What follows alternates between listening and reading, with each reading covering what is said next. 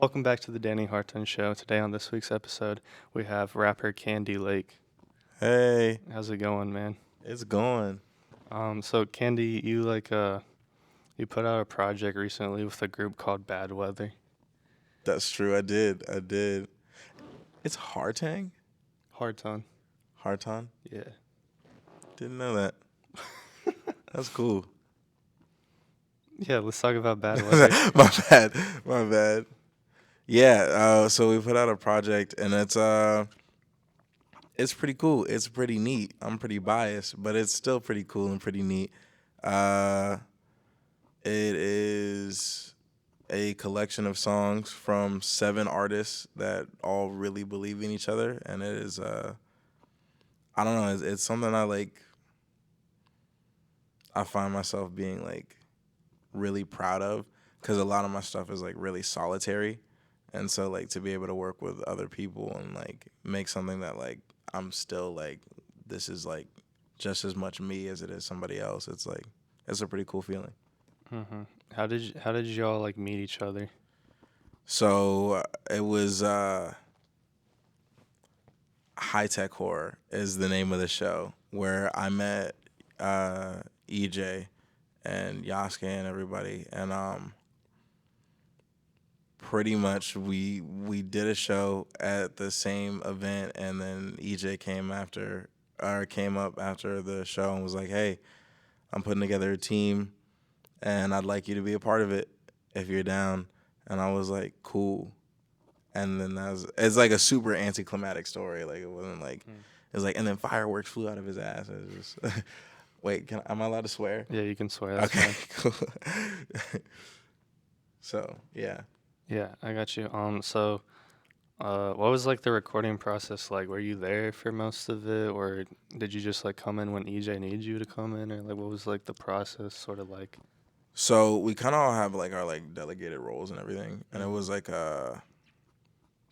so like my biggest strength is that I'm a writer. So like anytime like trying to get like a specific sound or something out, it's like I know that I could like write for people. So if need be, I would write. But for the most part, it was like everybody sort of came in of their own accord at just like any time. Because we have designated meeting times at Wednesday or on Wednesdays, so everybody just sort of came in at their own time outside of Wednesdays to like get verses in on certain songs, or like we'd hear beats from Reed that were like, oh yeah, I really like that, I want to be on that one, and it's just like we just sort of whittled away from the original like 35 songs that we had down to like the final like 19. Mhm. Yeah, I got you. You're on the last song, I think, right? Yeah, You camp. like you got to like close out the album. Did you want to like close out the album? Was that like something that was important to you, or? So closing it out, not so much, but like the way that it ended, I believe in like really strong beginnings and really strong endings. That's like I Mhm. think that's what people remember is like how you introduce yourself and how you leave.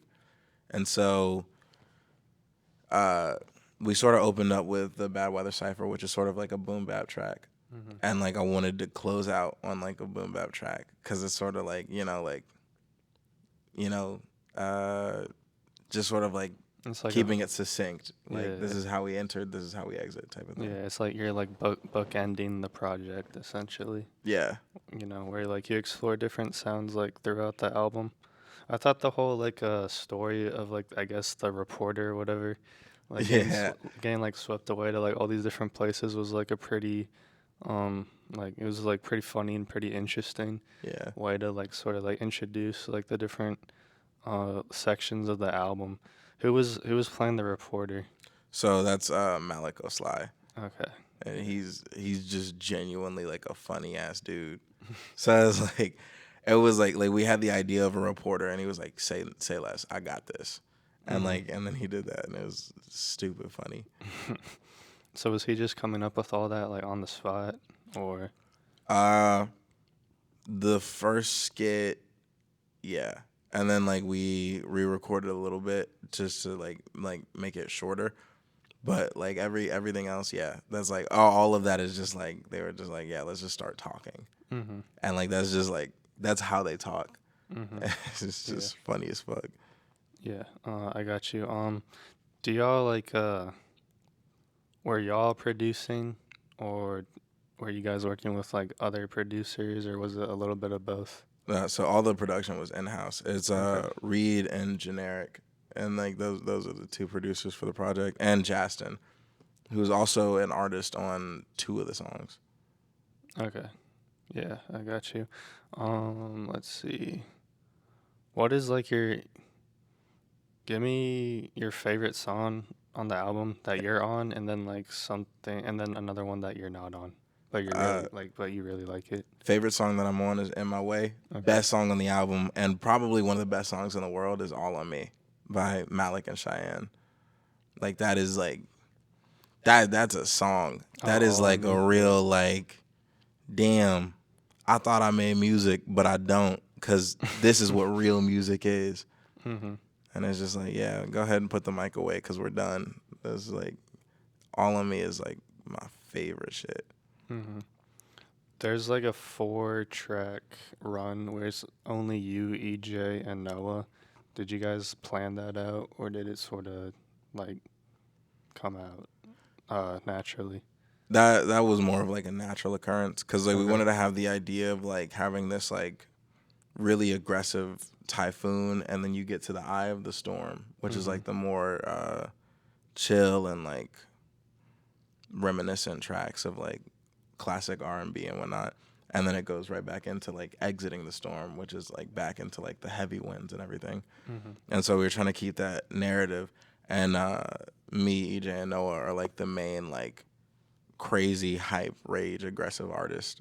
So it just sort of shaped out that way with how basically structuring the entire project after a storm Mm-hmm. or a tornado. Mm-hmm. Yo, I think I saw on like Instagram y'all play like quite a bit of shows. Is that right? Like Yeah. Badweather shows. What's like the craziest thing you've seen at one of those shows? Craziest thing. Yeah. I don't know about anything like crazy. Our shows usually just get like kind of like violent, like just a lot of mosh pits and whatnot. Mm-hmm. I think a dude got down to his underwear once though, and just went. Oh, there was a like a while ago. There was some shows where it's just like we got some places shut down because like a lot of like the venues here in Nashville are house venues, Mm-hmm. and after that, a lot of people were like passed out in other people's yards, and they were Okay. not excited about that. So Yeah. that was yeah. Mm-hmm. So I mean, like that would I guess would be the craziest, but nothing like super duper wild. Like and then Shaq showed up or like, yeah, Yeah. nothing like that. I used to get a lot of shows that I would do with Will at the bunk would get the cops called, and like not like we stopped, but they they would be called and like tell us that we needed to stop. Mm-hmm. So it was like stuff like that, but nothing like super duper wild. Okay. What's been like your favorite show, either with Badweather or like by yourself or with someone else? Like, what was your favorite show that you've done? Definitely the bunk. Definitely the bunk show. Cause I mean, like Will's like one of my best friends. I just love him and like love how like serious and dedicated he is to like everything. Like he does live sound and like all of his equipment. He just like one takes care of, and two will like build himself if he needs to. It's just like someone who like really understands what they do and like and why they do it. But it's definitely a pretty close tie between that and Exit In, like before it got new ownership. Yeah. Mm-hmm. So that was pretty cool. But Exit In's weird. Like you're not allowed to like stage dive or dance or have fun, but it's cool. Yeah. Yeah. Isn't Exit In like getting shut down or something? That's what I've heard. So I think they were at one point, but I think they're under like new management now. Okay. So I think somebody bought them out. But at one point they definitely were. Like they had posted on Instagram that it was like these are the last run of shows. which Yeah. is like, I mean, I don't know. I don't know too much about Exit In, but it's kind of Mhm. like, it's kind of annoying. There's not really like, they're not really booking a lot of like new Yeah. artists or like interesting underground acts or anyone talented. But it's pretty, Damn. it's pretty, No one talented. it's pretty cool though. They're like, it's cool to do it because it's like it's historic, but it's also like, I don't know, it lose some of that. You lose some of your history when you stop realizing what made you historic, and so it's sort of Mm. like I get trying to like. Actually, I don't get it because I don't own a venue. So like, I was like, but like, I don't know. It's not, something about Exit In just rubbed me the wrong way. But Okay. overall, it was still a pretty cool experience to like be in the same place that like legends were, Yeah. and like they had like their names all over the walls and everything. And it's just like this is like a real cool spot. Mhm. Yeah. You just wish it was run a little bit better. Yeah, Yeah, I get or I that. mean, maybe not even better, maybe just differently. But again, I might Yeah. have my own biases because I just think like, I mean, the main thing I do is rap. So if it's a Mhm. venue that doesn't really support rap as much, Mhm. you know, I'd have my own little bias to it. But they could be doing everything perfectly fine. I wouldn't know. I don't own a venue. Yeah. I get what you're saying. Is there any like are there any venues in Nashville or Middle Tennessee that like cater to rap that you want to like put people on? Not that I know of, like off rip. Most of rap in Nashville in general is like really just like underground anyway. So it's like Yeah. it's just gonna be in houses and like friends' places and everything. But um I mean Midwest played at the end. The end's a pretty cool place just in general, Mhm. but I they do have more rappers than most places here. Yeah. I like So the End a lot. That's a great venue. yeah, it's like really like it's like super professional but still like Yeah. really close knit. Yeah. It's like it's a super nice place. So I would say the end, but other than that, it's just like at the end of the day, it's an underground genre in a city that does not promote that type of thing. It's like country, punk, and pop, and they're really trying to phase out punk for whatever reason. So Mhm. They've had like a lot of punk shows in like Murfreesboro area yeah, from what I know. I have like a friend that goes to like punk shows every week down in like Murfreesboro. yeah, that Yeah. definitely makes sense because they have Crossroads and Graveyard Gallery and things like that out there, and it's like a super. Because I live in Murfreesboro, so Mhm. it's a it's a super cool place, and like music there is like it's something different because it's like if you make music, you'll be supported because it's just like everybody there like makes music. MTSU is there, but like if Yeah. you make good music, Mhm. it's like people take notice, and it's like a really like impactful thing to make something that people can connect with because it's such a small town, but it's like so like full of life, and like it's like if you do something that like people can pull themselves into, then it's like like the sky's the limit kind of thing. Mhm. Are there any like Murfreesboro artists you want to like put people onto, like the No, viewers watching? no. Okay, fair enough.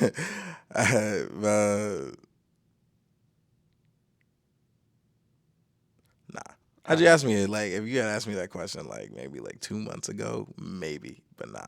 Okay. Not that I. Oh, you know what? Actually, well, see, I don't know if they're Murfreesboro. I don't know any Murfreesboro rappers Mm. though, but I know like punk bands like Budge or yeah, Budge band, Avalon. They're super sick. Willa May, super sick. Um, um, thinking. Well, they're from Chicago, but Blackwater Sniper, they're super cool, but they're like black metal or like death metal or something. Oh, okay. Yeah. But yeah, I don't know any Murfreesboro rappers that I put on Okay. because I hate everyone all the time. All the time. I hate everyone. But definitely Budge though. Budge and Avalon, they're like my favorites. They're so sick. And then Willa May. All right. Sweet, fair enough. Who do you like to work with, like outside of Badweather? Who are like people that you work with often? Uh, Often, if I can, again, Willa May, and then my friend James the Seventh. She's from Philly. Uh, Cade Clare, who's like he's crazy sick. He's like super duper sick, and Mm-hmm. he has a song with Otis Hari that Look Don't Touch, and it's just like went 27 on like Oh, Billboard really? dance music. Yeah. He's super sick. So him, uh, and that's again, most of my stuff is like really solitary things because I really enjoy like just like I like put a lot of like myself into like the stories I tell through music. So it just sort of like ends up not really being something that like, hey, you should like feature on this because it doesn't have the same like impact. Mm-hmm. Yeah, you have a lot of songs with Yasuke the Jashin though. Yasuke the Joshin, The that's Jashin. my Okay. brother. Yeah. That's my brother. Him too, but I mean he's family, so it's, Like literally family. well, no, but Okay. might as well be. Yeah. But How'd you like meet him? What's like your relationship like with him? so we kind of just like again, like you know, like you have people where it's just like if I can't call on anybody else, I can call on them, Mm-hmm. and he's that guy. He's Mm-hmm. that guy to me, and it's I met him the same day that I met EJ, which is Oh, like nice. almost a year and some change ago, like maybe a year and a half, Mm-hmm. and I met him and through the same event and everything, Yeah. because EJ talked to me and him the same day, and I don't know, something about it is just like it just like clicked. It like clicked and like we were just like there. And like he got what I wanted to do and I got what he was trying to do and it all just sort of like it kind of just escalated on its own. And like yeah, so I don't even know how to describe it cuz it is like it's like a whole different like it's not even like traditionally like when you make a song and you're just like, "Hey, like I got this song, I think you should be on it." It's Mm-hmm. not like that. It's like I could make a song and like he could walk in the next day and be like, "Yo, I saw you were working on something," and so like I recorded a verse, and it's just like, bet. Mm-hmm. There's no, like it's kind of like boundaryless. Mm-hmm. Yeah, I got you. Are you gonna? Do you think you're gonna make like a joint project with him at some point? Oh, definitely. Word. That's definitely that'll definitely happen. But like definitely in its own time. Mm-hmm. So I and like we've never like actually like went, hey, let's do a joint project, and I don't think we ever will. I think it'll just like dang, we got 22 songs together. We We should, should put him out. Yeah. yeah. Do you think Badweather's gonna like in terms of like members? Like, are you gonna like have? Are you gonna add more members, or do you think you guys are like like you're like fine with however many people you already have? I mean, we're definitely fine right now, but like we don't close the door to anybody because it's Yeah. just like, you know, opportunities just around the corner. So Mm-hmm. it's like if you, I mean, not in like a trying to be bougie or anything. So it's just like there's a lot of talent here. There's like a crazy amount of talent, and not everybody wants to work in a group setting. But if they Yeah, do, that's true. then you know the door's open, and especially if they're talented, because there's no point in turning that down. So like right now we're set, but I won't say that there won't be more members or there won't be more people. Like I doubt it'll get to the size of something like Brockhampton, where it's just Yeah. like 48 people in a three Yeah. bedroom house. Yeah. But you know something like that. Okay. Would you ever have like feature an artist like on a song, like a Bad Weather song, but they're not like necessarily like a member of Bad Weather? It's just like we had this guy on for this song because we just thought that he brought something like interesting to it. Definitely. I mean, you don't turn down a feature from Rihanna. So it's like, Really. yeah, well, like things like that where it's just like, Like, if it's good, it's good, and if it's great, it's great. But like, you know, Yeah. you're not throwing it out the door because you're like, no, this has to be me. This has to be it. And it's like, I can't work with other people outside of this because for whatever reason. So it's like definitely that could definitely happen. That doesn't mean it will, but it definitely can. Mhm. Yeah, I got you. I'm excited for like the next Badweather project. Are you guys like working on it? Like, are you working on like a second album? Like, can you disclose that or? Yeah, I mean we're working on it like uh, right now. Yeah. Okay. Like Okay. I think Reed's in a session with Cheyenne like right now, working on something for another project. I think it'll be shorter though. Okay. Do you like? Do you guys know what like the sound of it is gonna be like at this point? Or No, okay. definitely not. All right. But that's also because like I'm just like I'm changing my sound like every week. So it's just like today I'm like, oh man, I'm feeling real bluesy, and then tomorrow I'll be like, hey, you guys ever heard of like Bob Marley? I was like, it's just like I don't know. I'm real like eclectic. Mhm. I got you.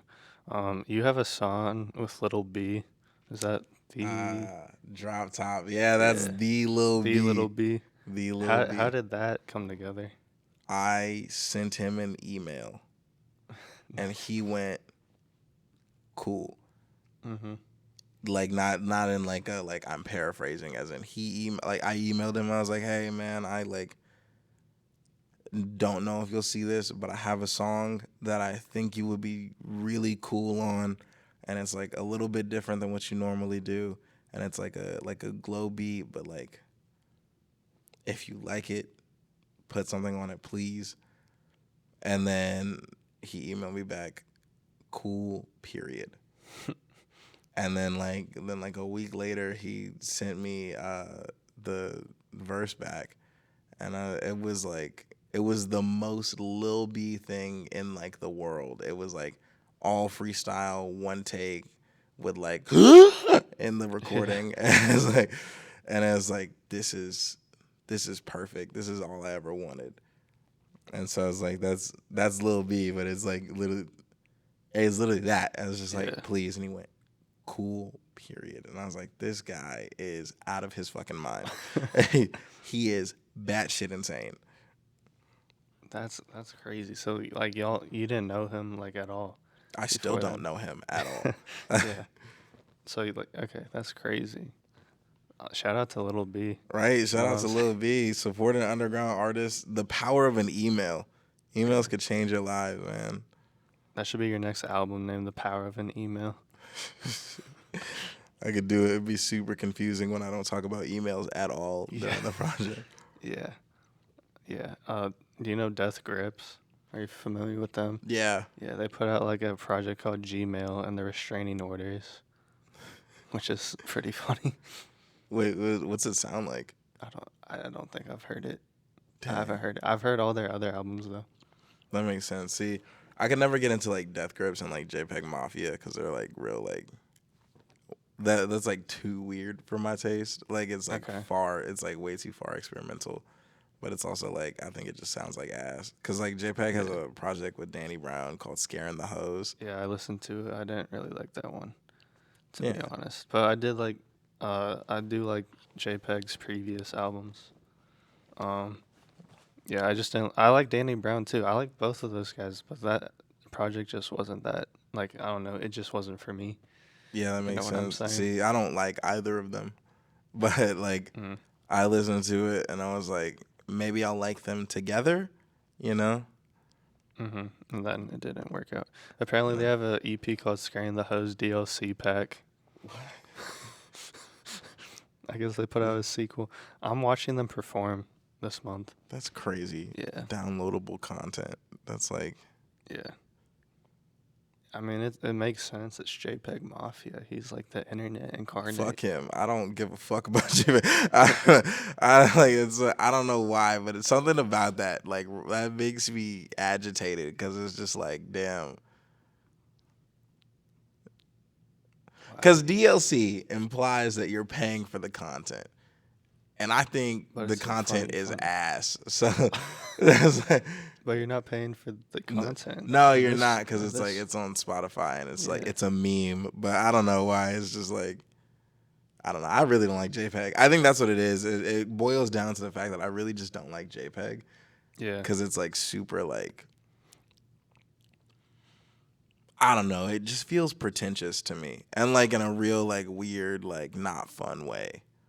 Like Rihanna's like pretentious, but it's like, oh man, that's Rihanna. Yeah. Or but like it's Beyonce, where it's just like, bitch, I'm Queen B. It's like, Mhm. you know, like that's calling yourself Queen B is like a hella pretentious thing to do, but it's Yeah. also like that's Beyonce. But then Yeah. JPEG Mafia is just like my music's different and you just don't get it, so you don't like it, and it's just like it's also like really bad. It's just like real bad. I can agree and disagree with you. I have to say, for the people watching, because I know you don't like it, but for the people watching, I like his album Veteran, and I like All My Heroes Are Cornballs. I think both of those albums are pretty good. But most of the stuff that he put out after, like the stuff in 2021 and 2022, like I don't like any of those. What So- is the Jesus Forgive Me for I Am a Thought? What album is that on? That's on All My Heroes Are Cornballs. Okay, I Yeah. like that song. Yeah, it's a good song. He does like on this album he does a lot of R&B stuff, but still in like the JPEG way, like that grimy internet way. Yeah, I think maybe I need to like get into it more. That's grimy internet way. That's the best way to describe it. It sounds like Because of the Internet by Childish Gambino Yeah. without the talent of Childish Gambino. That's what it feels like to me. And it feels like to be honest, an artist that could do that sound way better for me is Zach Fox. And he's like a comedian. And he's a comedian. Yeah, he so that's doesn't like the even- whole. That's what I'm saying. It's like, so and like maybe that's the point, because the album is like All My Heroes Are Cornballs. So maybe it's like, okay, you're supposed to be a cornball, Yeah. but I don't fuck with no cornballs. And so like, yeah, I think that might be what it is. It's just I'm biased, which I guess makes me sound like an asshole, but that's cool because I'm an asshole. I mean, it's just your opinion, so it's all Yeah, good. but my opinion's always right though, and it's just like. Sometimes I get tired of being right all the time, Danny. you know. You need to start your own podcast. I would listen to that. Just you rant in like a corner for an hour. I would definitely listen to that. And you know what? Another thing about Jay, nah, that's too much. I can't be out here talking too much. That shit would get annoying. I feel like because I'd be too opinionated. I'd be having opinions at the wrong time. Yeah. Where I'm just like, hey, you sound like a really dumb person right now. And it's like, well, that's your boss. So Yeah. Danny Brown has a podcast. Did you know that? no, I didn't. I don't fuck with Danny Brown. Yeah. Yeah. Okay. That would drive me fucking nuts. What do you not like about him? Is it just his voice? Yeah, so what do you think? What do you think about this new Trump administration? It's charming. Yeah. It's charming. It's funny. Is it? Yeah. It's catering to white people. Okay, maybe that's why. That's what it is to me. But I also in Danny Brown's defense, he is one of the most insane lyricists I've ever heard. Mhm. Like that man can rap. And I think the only people I think that are better rappers than him are Kendrick and Earl Sweatshirt. Okay. But he is a crazy lyricist. But everything else about him I cannot stand. Mm-hmm. Why'd you put Earl Sweatshirt in that category? Fucking genius. Earl Sweatshirt is like one of the greatest artists alive. He's like, he's so like. Again, I really appreciate people's ability to craft a narrative that is tightly bound to like something real and significant, but ambiguous enough to be placed in somebody's personal life. Because like I could tell you, I went to the Nike outlet store and I bought me a blue baseball cap. And it's like that is such a specific story. To relate and craft my feelings around that, I have to omit some stuff on my own. and I have to be like, okay, I went to the store and I bought a hat. And that's the omission. So like you're omitting whether it's Nike, what color it was, all of that.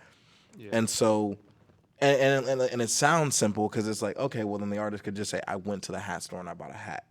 But it's not. It's more complex than that. And to be able to do that in a way that's like everything's so close to home that it's engaging, and everything's so far away that it feels like me still. Because it's like you could just talk about your life and it would only reflect you. Yeah. But if you talk about your life through the eyes of everyone else, it starts to reflect the world. And like in order to be able to do that on such a high level, like one, I think rap is already a really difficult genre to do that in, because you have to like there's rhythm to it, and there's like the rhyming that adds that extra layer of like, okay, now I'm like I'm limiting the words and phrases I can use in this song, whereas like R&B and singing and whatnot and like that kind of thing isn't really focused on the rhyme scheme of it all. So it's like you start to be able to like play around with like how you craft a story, because you're not really, you're following a little bit, I guess. Well, I wouldn't even say less. You're just following different rules. Like Adele doesn't have to like. He was like, oh man, I can't wait to get these bars off. Like it's different. So it's just like I think like to be able to do that and to write that way is just like impressive. And then to also record it, because I think there's a difference between a lyricist and a writer. I think Drake's one of the greatest writers. Like he wrote Impossible for Alicia Keys, and that's like an unbelievable song. And to be able to cross genres like that is like a really impressive talent. But as a lyricist, Kendrick and Earl Sweatshirt are crazy. And also they have a song with Danny Brown, which is why I said that too. But yeah, that's like on, like the three of them are on it together, right? Yeah. Yeah. And like with someone else, I think it's like it's Absol. Yeah. That's a really good song. though. Yeah, that's a good song. See, that's the whole podcast. Really though. Is that really how you feel though? Like that's like would drive me fucking nuts. Fair enough. What's your favorite like Earl Sweatshirt project? My favorite project of his is Doris. And so like that's the old project. Yeah. The first one. He was like, yeah. Yeah, that's when he was like, do you know the whole like story behind that? Behind Doris? Yeah, when he like got out of the camp and like Samoa, and then it was like a boarding school or something like that. Yeah. And so he didn't like, he didn't see like Tyler or any of those guys for like 2 years or something like that. And that's like when he came back, and then they made Doris, which was great. It's definitely an iconic project, and it definitely shaped a lot of like my understanding of like rap and what it means to rap and how much of yourself you can put into something. It is definitely I don't know, it's something different about what he does. Yeah, he's had such like a crazy like career and just like changing up like stuff, because I mean Doris and whatever came after Doris was somewhat similar, and then didn't he like disappear again for some reason? And then he comes back with like some rap songs, and he's putting out like 20-minute albums. Yeah. Where it's just straight bars. Dude, like Feet of Clay, I didn't like, thought it was terrible with the Pirates of the Caribbean ass beats. Yeah, I don't remember it. I listened to it. I don't remember it, so that should tell you what my opinion is, I guess. Yeah. But like overall, like I think as an artist, he makes questionable decisions, but I mean, I guess that's the point of being an artist. Same thing with JPEG. But like as a writer and lyricist, I think he's just like crazy, because he has a song on Sick that's called like Lobby Interlude, and it is like, I don't know, that's a crazy ass song, and to like, it's a crazy album. It is a wild album, and his like ability to play with timing. Him and JID plays with timing a lot too, where it's like right when you think he's on beat, he's off beat, and it comes right back into like a Yeah. different beat, and it's just like it's I don't know. JID is like He like surprises me with like every song or every feature that like I hear him on. yeah It's just like, oh, it's JID, and like I listen to, or I'm a JID fan, so it's like I think I know what's gonna happen, but then he just like surprises me like every yeah time. I'm like, what? yeah, and it's like I think that his element of surprise is like one of his best traits. Hmm. Yeah, I need to listen to Earl Sweatshirt and JID tonight. That's what I need to do. Do that. That's Yeah. homework. You got it. You talked about. Actually, I'll ask you that later. Um, are you like a Odd Future fan, or are you just like an Earl Sweatshirt fan? To be honest, I'm a Frank Ocean fan. My Yeah. number one artist, like ever, and like greatest inspiration, and like the reason I make music is because of Frank Ocean. Hmm. That's so like Candy's just my name, but like Lake is the stage name part. So like Lake is because Frank Ocean's, but instead of Okay. Ocean, Lake. It's a lake, yeah. Yeah. Okay, that makes sense. Um, do you prefer blonde or channel orange?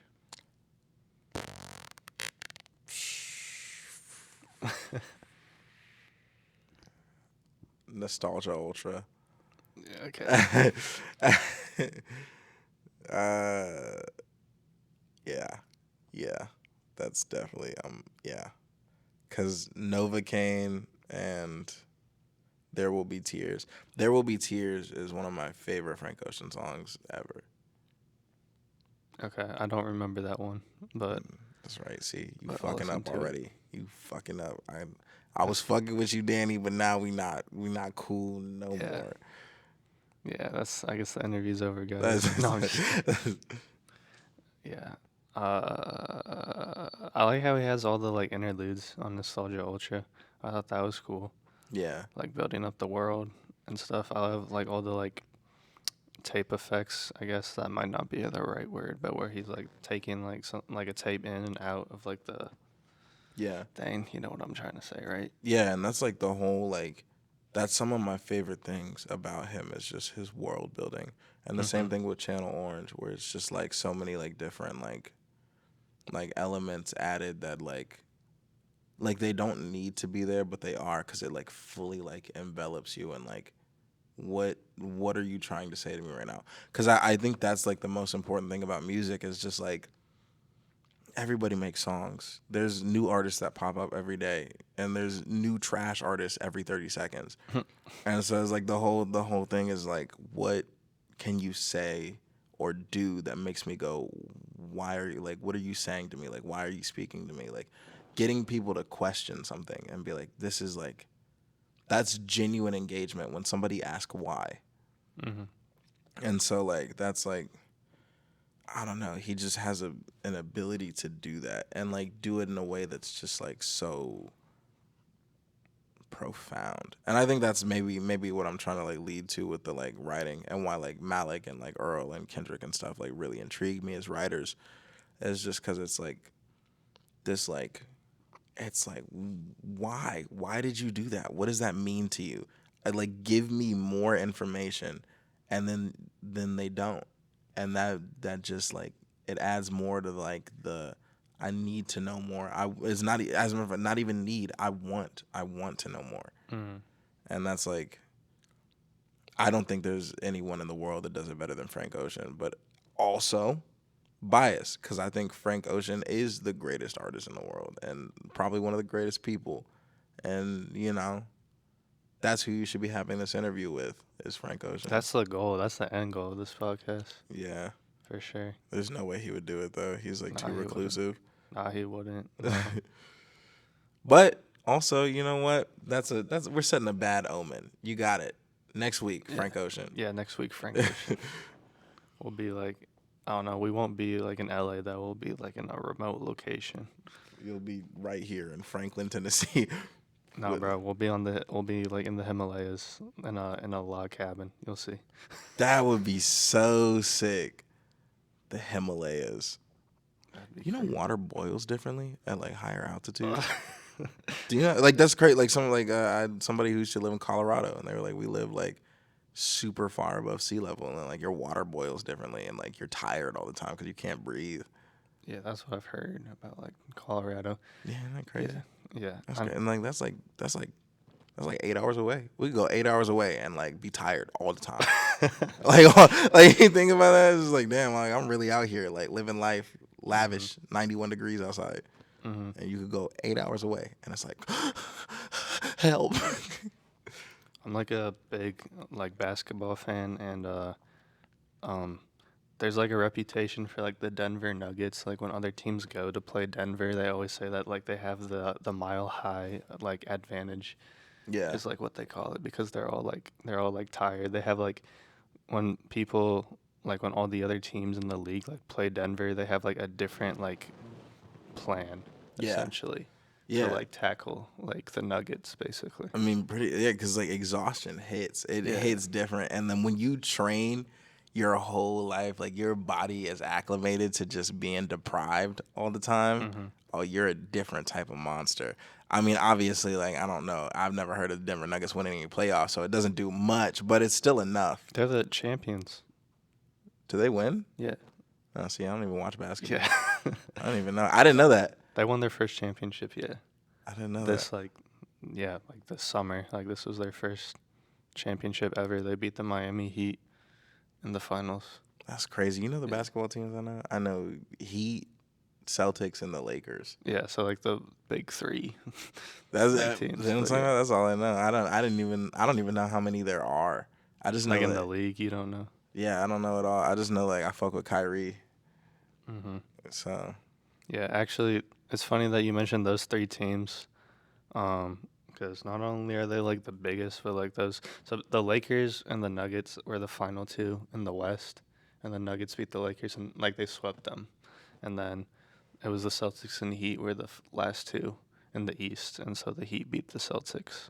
So it was like, and then the Nuggets beat the Heat for their like first like championship or whatever. But yeah, I don't know. That's damn. kind of crazy that those are like the three teams that you know, and all of them like made the Final Four. Like that's crazy to me. See, normally I would agree, but also it's like if they made the Final Four, then it's also like Yeah, they're but the biggest teams. You yeah, know? but it's the biggest. So like it'd be different if I like. Well, I it was can't even make a joke because I don't know other teams. I was gonna be different yeah, if I named a smaller team, but I don't know them. yeah. I don't know. Well, it's you don't pay attention to basketball, but it's interesting because the Heat and the Lakers were really bad this season. So it was kind of impressive that they like went to the Final Four, and it's impressive that the Heat beat the Celtics, especially like this season. But anyways, actually, That's cool. I saw a meme, and it was like someone like heating up chicken nuggets in a microwave, and it just had the caption like, "Yo, this NBA Finals is crazy," which was funny. But what were we talking about before this?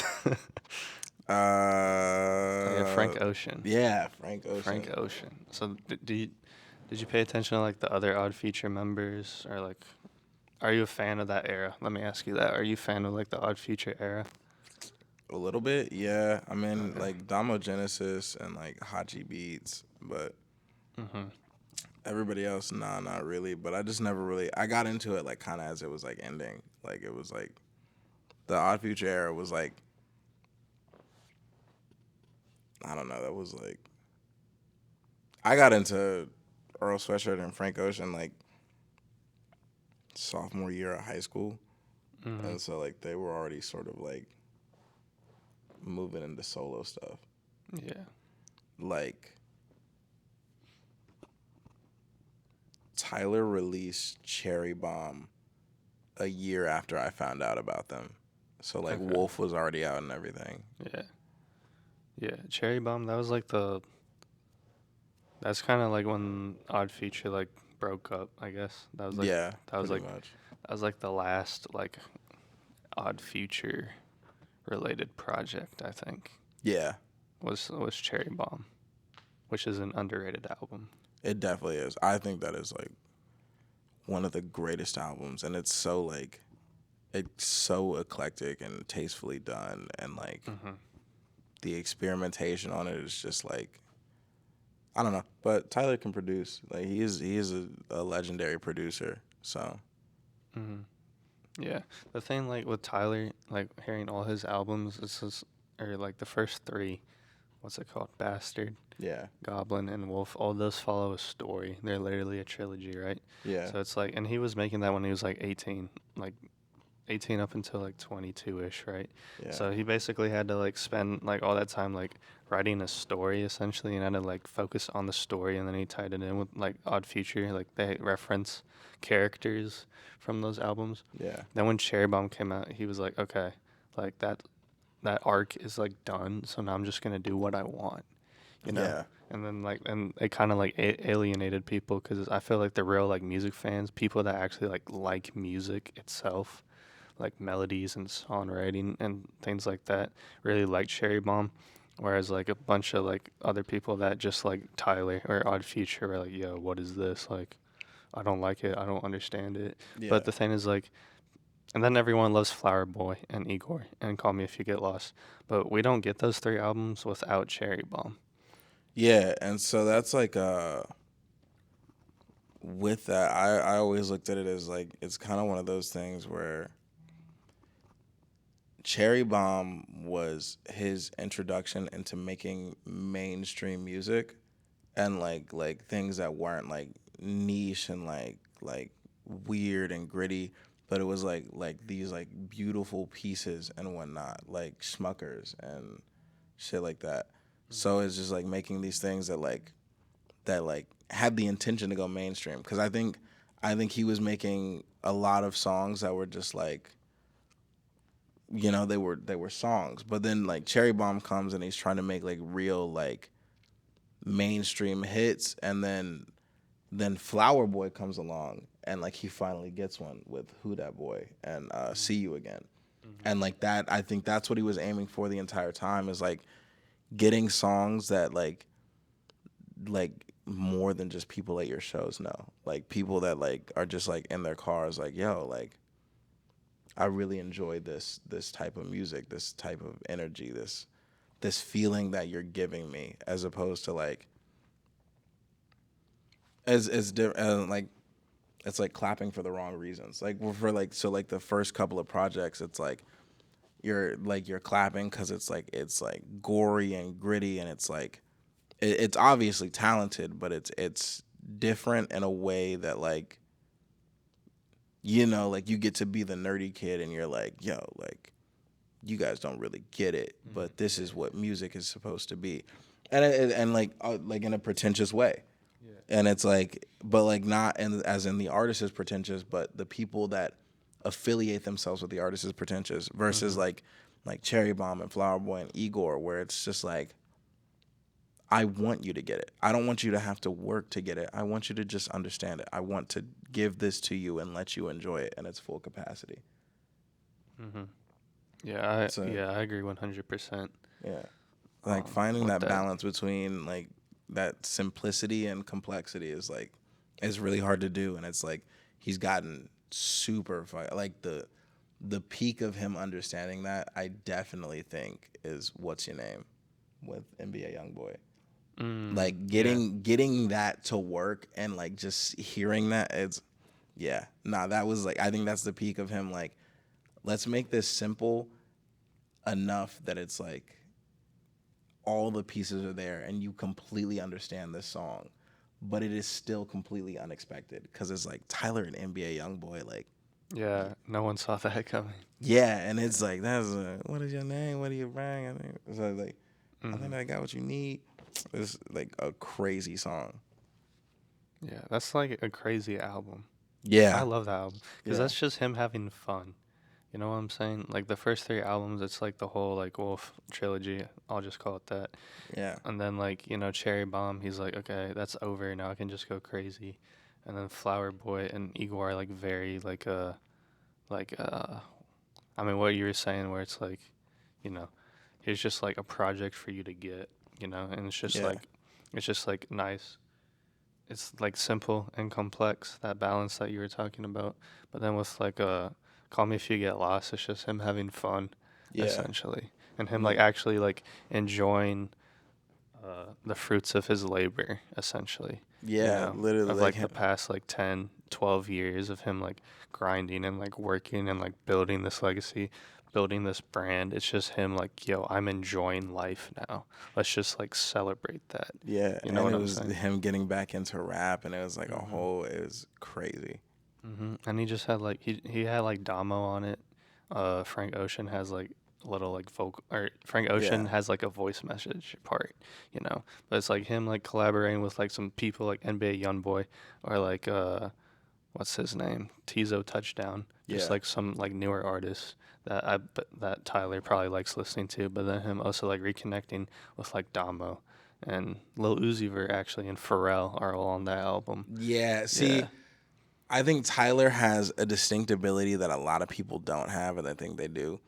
Is he genuinely knows how to cater a sound to an artist to bring the best out of them, because some of the best verses from those artists are on Tyler's album. Hmm. Like Uzi's verse on that with Pharrell is an unbelievable verse. Like the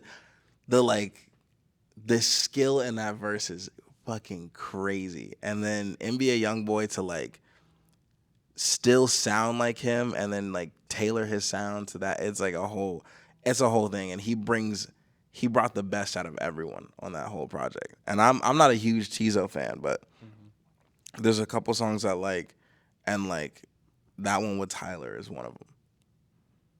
Hmm. So it's a real cool thing to see somebody do that, and it's a thing you can learn from artists like that. Like Tyler does it really well. Kanye does it really well.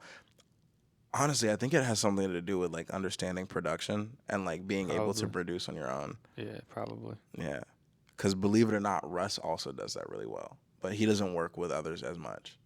And Doja Cat, but people don't know Doja Cat produces a lot of her stuff too.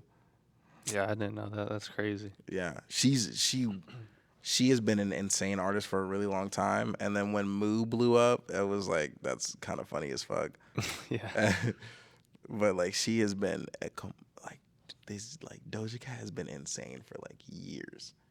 Like I think Hmm. she started out amazing. Like I think like I'm pretty sure like her first song ever was like something that could have went platinum or something. I don't know. I just can't imagine her ever being in a position that was like, oh man, I'm really got to learn how to do this. I think she was just like born knowing. Like Hmm. when she came out, she was just like, pop out with a chunk, get into it, yeah. And like that was her first words. Like, like Yeah, I got you. Who are some people that you want to work with, like one day, like your dream collaborations? Frank Ocean, Yeah. obviously. Doja Cat, Earl Sweatshirt, uh, Kendrick, but also not really. I kind of just want to hear Kendrick talk and like just record it, if I'm gonna be honest. Yeah. Uh, Eminem, funny enough. Uh,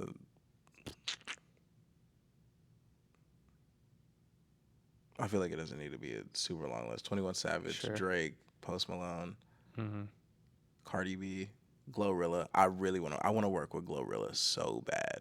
Like I think she is one of the most talented female rappers out right now. Um,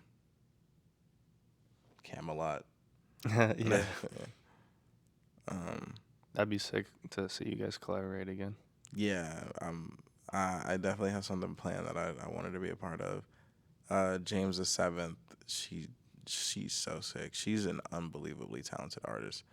Like leagues above most people I know. Um, yeah. Pine Grove, really like Pine Grove. Tyler Childers. Mm, I got But you. yeah, I feel like I'll stop like naming people because I'm thinking of people, but I do have like a wait here. Peep this. All right. Not that the camera will see it, but they'll feel it. They'll know what's up. Mm-hmm. I have a folder collection on Instagram called Work With, Ooh. and it is a series of artists I saved that I see that I really want to work with. So like if I just like go through it, then there's like Wendy Mankaku, and then Jeff Fighter Watson, Sam Page, Wyatt like that. I have a whole folder of just artists that I see, and I'm like, dang, I'd love to work with them. Yeah, that's cool actually. I should do that. That's low key smart. Hey, categorization makes everything easier. At least you have like a visual, you know. Yeah, and like you Of can go them. back to hear their sound and like what inspired you to be like, yo, I really want to work with them. Yeah, for sure. Are you excited for the new Post Malone album? Oh, I didn't even know there was a new Post Malone album coming. Yeah, it's supposed to come out like in a couple of weeks, I think. Then yeah, I'm definitely excited. I think Post Malone's crazy. He's super cool. I didn't know it was coming. I'm really excited for Utopia though. I'm excited for Utopia. Yeah, That's, what I'm gonna do is like, cause Travis Scott just sounds better in the nighttime. So dude, it's- what I'm gonna do is like leading up, I'm gonna listen to like Rodeo, like in bed, you know, and then like Birds in the Trap, and then Astroworld, and then when Utopia drops, I'm just gonna like just like lay in the bed, put the headphones on, like listen to that. So I'm gonna like basically like listen to all his like his progression essentially, yeah. cause like I haven't really listened to Travis Scott. I've listened to like stray songs, but I haven't like actually like listened to like his album or one of his albums entirely in a really long time. So I'm just gonna like do that to like get ready for it for this new album. Dude, You know what I'm saying? I definitely get that because that's like you gotta mentally prepare yourself for whatever's about to happen. Yeah, So exactly. I definitely get that. So like Exactly. that like I wouldn't even be like you gotta listen to like Owl Pharaoh and stuff like that. Yeah. Like super duper old Travis. And like man, I think that's gonna be like a crazy album. Yeah, I'm looking forward to it. I'm low key worried though, because Why? I'm not gonna lie. Like I don't really like that singles he's put out, like for them. I guess like I didn't listen. franchise. I mean, they're like years old at this point, so I'm not sure if they're supposed to be on Utopia or not. But like franchise or that other one where he's on the speedboat, I didn't really like those. But I really liked Mafia though. I like that song. Mafia is cool. So I'm That's like with the J. Cole feature at the yeah, end. Yeah. yeah, Mafia yeah. is cool. Yeah, I love that song. I'm low key worried about Utopia, but I'm still looking forward to it. Like I'm still excited. I don't think those ones are gonna be on it, but also they could be. I don't know. We'll get the track list soon. I mean, July 28th is the release date. So Yeah. Actually, I think it's 21st. It's like even sooner. It's like next week. dude, that's terrifying. But I'm excited. That's man, if he does a collaboration with like Wendy's or some shit, it's over. Like I won't be able to get home because there's like there's a Wendy's or even if he does another one with McDonald's, there's a Yeah. McDonald's right next to my house, Yeah. and it's like I won't be able to like get into my house or any shit. So, So, do you remember the Travis Scott burger? I do that plain ass sandwich with 2 pickles on it. Like Yeah. Yeah. it's crazy to me though. Like the Travis Scott meal was wild because like you pay more for it. Like Yeah. you pay more for the Travis Scott meal, and I'm like, bro, you could just get a double cheeseburger. Wasn't it just like a quarter pounder, but it has bacon, and that's like it? That's like the only like change. Or I think something. so. I think so. Maybe. Yeah, a quarter pounder of bacon. Then like then they made the Cardi B meal, or the Cardi B and Offset meal, Mm-hmm. and it's just like. I don't know. That's really like one of those like one-off things. Like it really only hits once, and so like you can't Yeah. like you could try it and do it again with other artists, but like it's just like everything about it was just like a real crazy thing. So then trying to replicate it is just like, now you just look like you're reaching. Mm-hmm. Yeah, exactly. And I don't think like the Travis Scott burgers sold like insane. I'm not sure how the other ones sold. Yeah, Probably like pretty poorly. Because I felt like after like Travis Scott, that burger, that was out for like however long it was out. And then I felt like I saw like a new like artist meal like every other week. Or yeah, just like a new one. And it's like, oh, well, these are obviously aren't selling well. that's exactly If what. that's And what, like if that's the what they're doing. pretty much, and the whole thing comes from like the Travis Scott meal was like a perfect storm of just like this is the first time something like this has ever been done, and there's absolutely no reason it's being done. And then it's like all these like crazy ass fans are like, yo, this is so stupid, but also so cool because it's like, who would have thought to do this? Because no one thought to do that. Mm-hmm. And then it's like, then everybody tried to copy it, and it's just like, because at the end of the day, the Travis Scott meal is a boring ass meal. It's like not, it's not even like the craziest shit McDonald's has. Yeah. Like it's like, it's a burger. Like Yeah. it's a burger with fries and like And a Sprite, and and that's a it. Sprite, which is like the like weird like. Who goes to like if you're going to McDonald's and you get a soda, who's not getting the Sprite? That's literally everybody talks about McDonald's Sprite. So it's like a real basic ass meal. Like it's literally like it's like damn, I got $4. Let me like I got $4. Let me go to McDonald's and get a meal because I'm in college. That's the Travis Scott meal. So it's like you can't. They don't make the meals more interesting. It's just like it was cool because it was the first time it's being done, and then they try and redo it, and it's like. It's not cool because these aren't cool meals. It's just like, like it'd be different if I ordered a Cardi B meal and I got like a picture of Cardi B or something like a signed photo of Cardi B, like that would be like cool. But like That would be cool. That's what everyone thought, like, because like the Travis Scott burger, you know how it has like that action figure of him. Everyone thought the action figure like came with the meal, but no, it didn't. They just made it for like the promotion, like the commercial or whatever. right, it would have been cool though. Everybody would have died for that shit. I would have got it. Those would have been like thousands of dollars in like 10 years too. Like That's what I'm saying. I would have got that meal immediately. I would have gone to the first McDonald's I saw, but. Yeah, it would have been the first time we did that. When Rodeo came out, he had like a rodeo action figure. Yeah. And that's just like the cover art. That shit's cool, and that shit is like extremely expensive now. His brand deal game is crazy. Yeah. Like a $600 box of cereal. Yeah. What would the Kandi Lake meal be? For McDonald's? It can be anywhere, honestly. You could choose. Bro, you're gonna place. like I'm gonna get fucked up for this, but like my favorite fast food restaurant is Arby's. Oh, okay. I fucking love Arby's, bro. And it'd just be it'd be a euro with fuck you on the side of it. Like, like just burned into the bread of the euro is just fuck you. And like I don't know, like that or That's pretty cool. either that or like Rice Krispie treats. Dude. So you're just gonna troll. You're just gonna troll with your meal, with the Kandi Lake meal. Maybe that like something like that was because it's the things I genuinely love. Like my favorite thing at Arby's is the euro because it's like you can't go to like Wendy's and get a euro. There's no other restaurant you can do that because you really shouldn't be able to go to a fast food restaurant and get a euro. That's really unhealthy. Like it's like super like you're probably gonna like get salmonella or something. It's like it's really it's like super like that's gross. It's really gross like because it's not a vibe, but but it's my favorite thing. I love that euro so much and their little curly fries. So it's like it would be a meal I'd really enjoy, but also it's like I don't fuck you for buying this dumbass meal. What a stupid investment. You got no friends and nobody likes you because you buy stupid ass meals at Arby's. Why are you at Arby's anyway?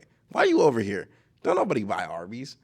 I was like, what? Like you go to the mattress store and buy a mattress? No, that's for money laundering. What are you doing here? So it's like, it's. I guess it's keeping it grounded in reality. It's like, yeah, you could get the Kandi Lake meal, but also you're gonna get the Kandi Lake treatment, which is like, fuck you, asshole. Like, yeah, buying Arby's. You don't even like Arby's. Why you dick riding? Why you dick riding right now? What's like a brand you actually want to collab with? To be honest, like Nike or Off-White or something. Yeah. I just really like or Vans or something. I don't know. I skate a lot, so like any like skate shoe. That'd be cool. Like I really want to make a skate shoe. Like that is like I've been dreaming about making a skate shoe since I was like 8 years old because I skate like a lot and I just like love. I'm in Vans right now. Yeah.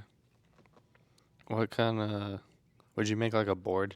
Like I don't know what they're called. Like a deck. Yeah, that's what it's called. Yeah. Did you make a Kandi Lake deck? Probably. I've had some ideas about it, but it's also like, I don't know. Usually like, when you, I don't know. I like it. It could happen, but I know that like as an artist, when you make things like that, like Supreme making a deck now, Yeah. since or like Louis Vuitton skateboards, like Oh, shit that like sounds that. awful. Yeah, it's just That fucking sounds terrible. gross. Yeah. But like when you do things like that, like when you make something like that a commodity, it's kind of like it doesn't get skated, it gets put on a wall, which isn't a bad thing cuz it's like, like Primitive has like the Dragon Ball series and like Hmm. those are just like they're like you can skate them but you won't. Yeah. And so it's like you just put it on a wall and it's a display piece. Yeah, that makes But sense. like I want to see niggas do tray flips and like if I make a board, I want to see somebody do a tray flip on it. Like that'd be fire. Mm. And I don't think that's what would happen because like you wouldn't pay money to skate something that you want to keep forever.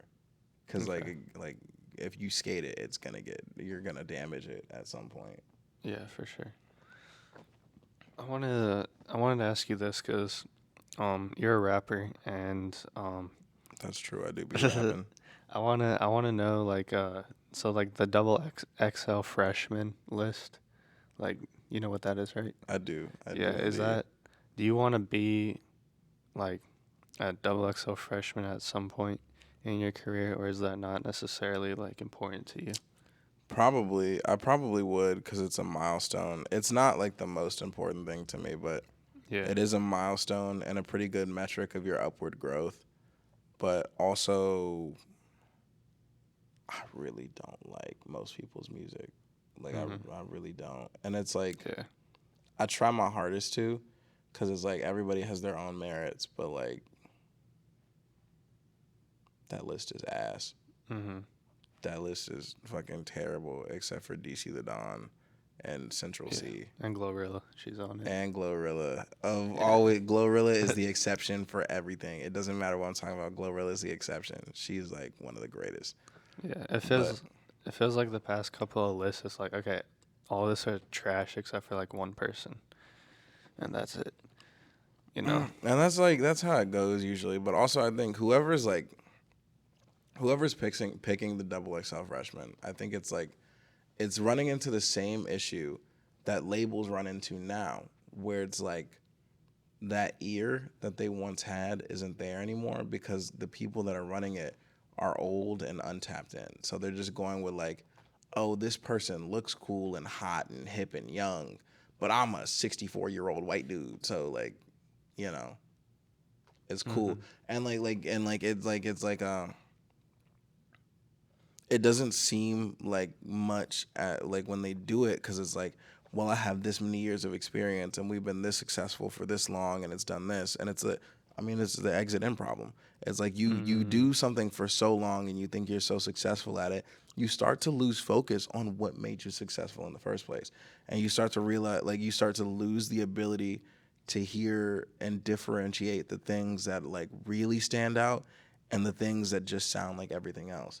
And because everything starts to sound like everything else, like because you're not, it doesn't, like even now, like you're not keeping up with like every new artist and new song Yeah. that comes out, and it's like it's hard to do, and it's hard to like stay connected and tapped in, and it's something that like you have to actively try and do, and like the older you get and the less of a necessity that it becomes. Like if you're making $600,000 a year, do you give a fuck about what artist is like new and hot? Like no, like it's Right. Yeah. like I did it, I done it. I'm good.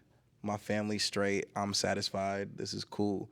Like I'm gonna keep making money, but like you know, Mhm. Yeah, it's just kind of strange because they really did. They got it for a while, yeah, but I don't know. Just recently, they haven't really, like, up until, well, the 2016. You know, that one is like iconic. That's yeah, probably their best list, yeah, and it's only their best list because like every single, or at least maybe like 9 out of 10 of those people are like still like relevant to this day. yeah. They're still like doing their own thing. It is also a little bit different. It's a little bit more difficult now for people to make lists like that. And I think something that's also overlooked is just like there aren't really a lot of good artists coming out right now anyway, because a lot of people are losing that aspect of like, let me craft something sustainable. Because longevity is not a good metric or a necessity for success. Like you don't need longevity for success. Lil Pump, I guarantee you he's not hurting for money right now. And like that, I mean, at the end of the day, is a success story. It's like he came from nothing, got something, and stayed there. Whether that means like he's like, yeah, he fell off and he's not doing music and shit like crazy because nobody's checking for him. Yeah. But that doesn't mean he's not successful. He did his thing. 6'9", not hurting for cash. Yeah. Shit like that. So it's like you don't need to have longevity as an artist to be successful, and that's a little bit harder to put on a list of artists that you're expecting to be long lasting. And it's like there just aren't like, That makes especially sense. in rap. It's a real pump and dump genre where it's like we'll throw a bunch of money into you, you'll blow up, you'll do your thing, we'll recoup our investment, and then you'll just live off of like whatever mediocrity you're at whenever we're done. Yeah. And that's the whole thing. And that's not a fault of Double XL. That's one of those things that's just inevitable when people stop caring because it becomes a lick. It's just like you can't really like do anything about that because plenty of people just rap because they're just like, you know, there's money in it, so I rapped. Yeah. That makes sense actually. I don't think I've thought of it like from that perspective before. So that's crazy. That's okay, Danny. You're opening my eyes up to the industry. Yeah, you know, It's something crazy. like that. Well, when I guess it's just something you pay attention to when you're like, again, I'm trying to be one of the biggest artists in the world, which is like a stupid thing to say because it's just like who isn't, but like legitimately I am. I'm trying to be like a mainstream player, and like that, like I don't know. You start to see things like that where it's like, how much of this is your fault and how much of this is unavoidable, and so then you sort of because you're trying to weave in between that of like what can I manage and what can I not, and there's a lot more out there that you can't manage that you would imagine. Yeah. That makes sense. All right, so we've been going for quite some time, but I do want to talk about your project, Unsigned Unassisted. Hey, It's such a good project. Tell me about it. Tell me like what was like the recording process? How'd you come up with the ideas? Just give us as much information as you can on that project. I met Reed 2 years ago in a recording session with Savvy. And I said, "You're a really cool guy." And then I left. And then he texted me on Instagram and he was like, "Hey, I got a session set up and the artist didn't come through. Do you want to come record?" And I went, "Yes, I do." And so then I met Reed, and then we started working together, and we worked together more and more consistently. I wanted to make a project that was like really short, but like super like, I guess like engaging is the word. And that was like, I was like, I'll just do 6 songs because it's like, that's simple enough for people to listen to. And it just sort of like, I started meeting people and doing shows, and like then I released it, and like people were like, "This is insane," and it sort of took on a life of its own because I didn't expect it to do anything really. I just had a goal where I was like, I want to get like at least like 11,000 streams across the whole project, and it's at 20,000 now, but that was it. That was my whole goal. Was like I just want to set a goal for me to be able to like measure my growth. And I don't know. There wasn't like a whole. I just started working with Reed, and it was just something that I wanted to put together, and it was like just 6 songs that I really believed in. Yeah. It's a it's a great project, honestly. Um, it's one of my favorite things that I've like heard this year, even though I wanted to come out like last year or Hey, yeah, something. it came out last year. Well, Yeah. if you think that's cool, just you wait, because August 23rd, I have something coming out that is, I think, gonna be like, I don't know, it is absolutely insane. I'll show you later. I'll show you Okay. off camera. Yeah. Yeah, me and Danny are tight like that. Yeah. Yeah. Well, let's talk about the songs because I want to like. I think I want to actually talk about the track Is list. blonde your background? Yeah. So it's like blonde is that. That's like the home screen or whatever. Dude, that's cool. And then here's my This like. guy. And then here's like my inside or whatever. Yo. It's the cars from Yeah. Nikes. Yeah. Yeah. As this guy, bro. Yeah. Anyways, that's the wrong app. Okay, Spotify. Here we go. Okay, Cannot Fold is great. Oh wait, that's not even on the project. I made a playlist with like all your music on it, so it's just all together. Okay, Back Talk. That's it. Okay, yeah. Back Talk is fun. I really like Muscle Relaxer. That's Hey. probably I probably listen to that song the most, like off the project, just 'cause it's like, it's short and it's fun, and I love the production. I also like the skit at the end is pretty funny to me. Thank you. That's my homie Boris. He's Boris. Nice. yeah, he's Bosnian. Mm. And he's just like he's in Bosnia right now. So it's like he just like lives there, and he was like he ran like an art coverage page, and he would just like post these like crazy. He's such a cool dude. He's like a crazy cool dude. And I was like, "Hey man, you post art. You want to hear something I'm working on?" And like not to like post or anything. I was just like, "You want to hear like anything?" And like this is our first introduction. And it was like 2 weeks later he read that DM, and he was like, "Can I be honest?"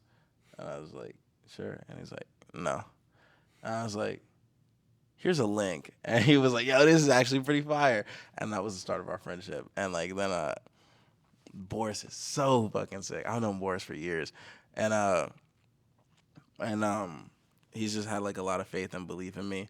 And then I told him I was working on a project called Unsigned Unassisted, and he was just like, New Kandi Lake. It's gonna be sick. "Yeah, dude, he's so sick." I told him that, and I was like, "Dude, you want to make like a skit for me, and I'll just put it on the project?"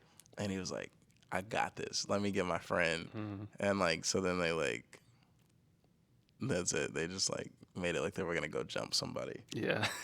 As, Yeah.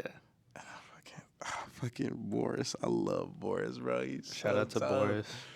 Shout out Boris. Shout out Boris. Yeah. And then you get into Cult Media. then you get into Nashville and Yeah, Nashville. what'd you say? Memphis bop and Nashville bussin'. What'd you say? Yeah, Memphis hop and Nashville buzzing. Yeah, that's what it was. And that's so Jeremiah produced that one, which is was something super important to me. Like if I make a project, I like to have like some Jeremiah production or Hollywood. He goes by Hollywood. I like to have some like production credits by him because he's insanely talented. And so he produced that one, which is actually funny enough. A long time ago, I had showed him a song called Anthem, which I released on the next thing. But I had showed him that song, and I was like, could we make something similar to this style, but like a little bit more fast paced? And then he made Nashville, and I recorded that, and it was I wanted a feature for it, but I didn't know what I wanted, like who I wanted. And then I met Emery one day, and I was like, oh man, that would be crazy. And like so he just went in and like in like 5 minutes did that, and I was like, bro, that's insane. So that Nashville and he's really cool. Just like I don't know, it's got its own like life and air to it. Yeah. And like it goes crazy at shows. Everybody loves that song because everybody knows they're like, yeah, Memphis hop and Nashville. Yeah. It's a fun song. And then after that, the last three, so that You Will Sick in Paradise, so like you kind of change up like the sound. Yeah, like for the later half of the album. yeah. I enjoy the like dichotomy in production and Mm-hmm. like definitely like in air, and it's like because it's like people aren't one tonal. They have all these different elements to them, and I like to add those elements and like make people feel like they're like, it feels like a person, like a whole world, and it's just like it's not this like one sound or like one like I haven't been listening to the same song for 16 minutes. It's like there's like these intricacies to it, and it feels different and it feels fulfilling, and I don't know, I really like it. But also I like Say You Will or Say That You Will because I produced that one. I don't produce much because I don't like doing it because it's really fucking hard, but I produce Say That You Will, and then excuse me, and then Reed redid the drums for me, which is why they sound like the way they do, and it's like it's a whole different vibe, and it's just super cool. Excuse me, I burped into the mic, Oh, that's all good. but yeah, just a super cool like vibe. And then Element, she's on it. That's my friend Samara. She's from Hawaii. Yeah, and then Cell Rock, who I met through Emory. Well, technically I met Emory and Cell Rock through Jeremiah, but meeting them, like they just like add this like, I don't know, it's super sick. They're super sick people. Mm-hmm. And then the last two, like Sick and Paradise. So the vocals on Sick is James the Seventh, and like Okay. that's a friend from Philly. She's Yeah. a crazy, insanely talented artist, and like I mean, as you've heard on Sick, and it's just like I recorded Sick, like I don't write much. Like I don't like write like literally write things down. I write it in my head and I just sort of like remember it. Mm-hmm. And like Sick was one that like I didn't write it at all, and I recorded it in my room in the dark by myself alone, and I just like all the way through one take, like just the whole thing, and like that was just how it sounded. So like that's just like Sick is literally everything that I was just feeling in that exact moment, and it just goes straight through it, and then it leads into Paradise, and then on the outro of Sick is my friend Jaira talking about Paradise because she was the first person I ever showed Paradise to. Mm-hmm. And so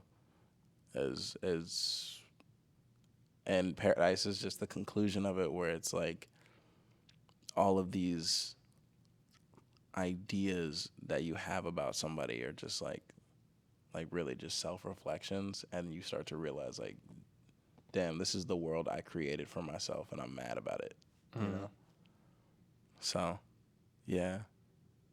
Yeah, that makes sense. And it has like, it's such like an atmospheric song, to just like close the album. You just like think about your life after that song. You're just like, damn, what the fuck am I doing with my life? Hey, After I that love song. a strong finish. Gotta Yeah. have a strong finish. Yeah. Did you sample the guitars in that, or did someone play those? No, that's so John played the guitars, and he is super talented, and like that was like because originally it didn't like we weren't gonna have guitars on it, and it was like gonna be like a really thick synthy bass, Mm-hmm. but then I asked John, I was like, would you want to play guitars on this? Play guitar on this, and then he did, and he made that, and it was like he did the first chorus like in one take and was like, yeah, that's real cool. And we're like, cool, we'll just loop that. Like we'll just put that chorus, we'll put the chorus solo onto the second one. He went, nah, I got this.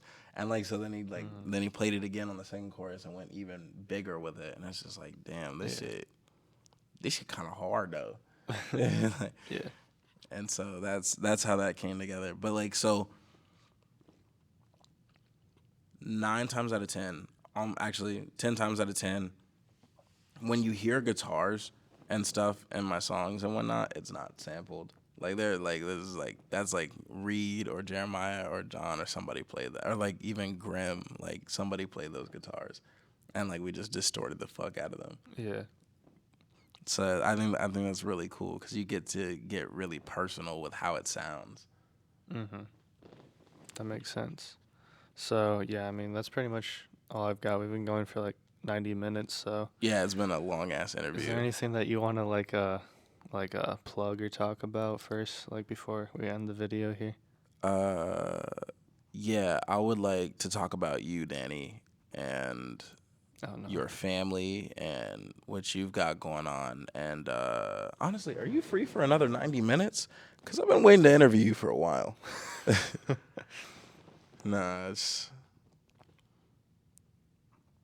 I don't know. August 23rd, I have City for the Desperate is a project that I'm working on that's going to come out. And that's the only thing I can think of. I would shout out more people, but I Yeah. feel like I'm just sad. Like that was pretty much me for 90 minutes. It's just like, oh man, and this artist is crazy, and this artist is wild. Yeah. So Okay. I think that's more than enough. Just August 23rd, City for the Desperate. All right, sweet. So that's Kandi Lake. I'll put all his links down in the description, so make sure you check him out. Listen to Unsigned Unassisted, listen to Badweather, listen to City for the Desperate when it comes out. Hey, August 23rd. Yeah. Follow him on Instagram and all other platforms, and make sure to like, comment, subscribe, and share this video with a friend. And y'all have a blessed day. I'll see y'all in the next one. Peace. Peace.